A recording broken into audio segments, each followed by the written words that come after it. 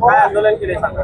तर आज आपण जर बघितलं असेल तर हा महाराष्ट्र शाहू फुले आंबेडकरांचा महाराष्ट्र आहे। या महाराष्ट्राच्या मातीमध्ये आतापर्यंत सुसंस्कृत राजकारणाची परंपरा आहे। तर हे गेल्या 2019 पासून या राजकारणाची भाजपच्या लोकांनी पाक वाट लावून टाकलेली आहे की रोज उठायचं, एखाद्या पक्षातले 4 आमदार फोडायचे, 10 खासदार फोडायचे, ते आपल्या पक्षात घ्यायचं, कायदा त्यांच्या बाजूने आहे। यामुळे या महाराष्ट्रातल्या लोकांचं राजकारण्यांच्याकडे बघण्याचा दृष्टिकोन बदललेला आहे।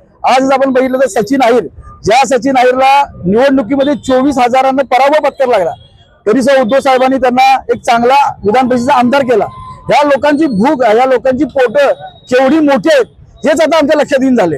म्हणून इथून पुढे फोडो, दिसला गद्दार की त्याला फोडा, ह्या पद्धतीने शिवसैनिक आता रस्त्यावर उतरायचा स्वस्त बसणार नाही। जो आमदार खासदार गद्दारी करेल याला महाराष्ट्रात फिरू देणार नाही, अशा पद्धतीचा आम्ही आज या ठिकाणी संकल्प करतो। येणाऱ्या काळात फुटणाऱ्या गद्दार आमदार गद्दार खासदारांना आम्ही महाराष्ट्रात फिरू देणार नाही। आज आंदोलन कशा प्रकारचं केलं? सचिन अहिर बघितलं, या सचिन अहिरला कुठली गोष्ट त्याची मातोश्रीने ठेवली आहे, प्रत्येक गोष्ट दिलेली आहे, तरी सुद्धा हा गद्दारी करतो। हेच आमच्या लक्षात येऊन झालं की याच्या गद्दारीचं नेमकं कारण काय, भाजपवाल्यांच्या डोक्यात नेमकं काय चालू आहे की महाराष्ट्रातला विरोधी पक्षच नष्ट करण्याचं काम हे भाजप सरकार करत आहे। त्यामुळे जनतेचे जे प्रश्न आहेत ते असेच प्रलंबित राहणार आहेत। हे प्रश्न सुटावे, चांगल्या पद्धतीने राजकारण चालावं, हे रस्त्यावर उतरून आम्ही जनतेला दाखवून द्यालो। दुसऱ्या बाजूला होतं आज आम्ही सचिन अहिरचा निषेध केला, त्याला कोल्हापुरी चप्पल दाखवलं।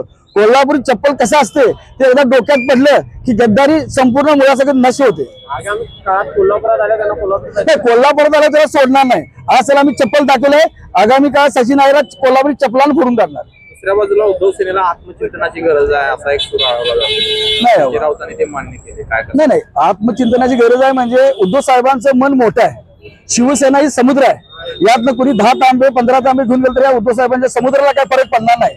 आज सचिन अहिरला आम्ही निवडणुकीत पराभूत होऊन आज MLC दिली, ह्याच आत्मचिंतनाची गरज आहे की ही माणसं अशी का वागतात, त्यांची भूक थांबणार का नाही, भविष्यात हे आत्मचिंतन आम्ही शिवसैनिक नक्की करणार।